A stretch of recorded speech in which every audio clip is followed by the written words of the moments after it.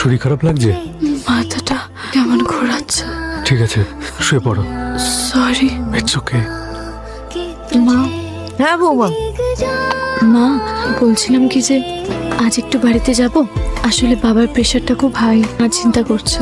নিশ্চয়ই যাবে, বাবার শরীর খারাপ, যাও দেখে এসো। ম্যাডাম, উঠে পড়ুন, আইল ড্রপ ইউ। না না, আমার জন্য কেন, আমি চলে যাব। শুধু শুধু। আরে বাবা, আমারও তো ইচ্ছে করে নতুন বউয়ের কাছে কাছে থাকতে।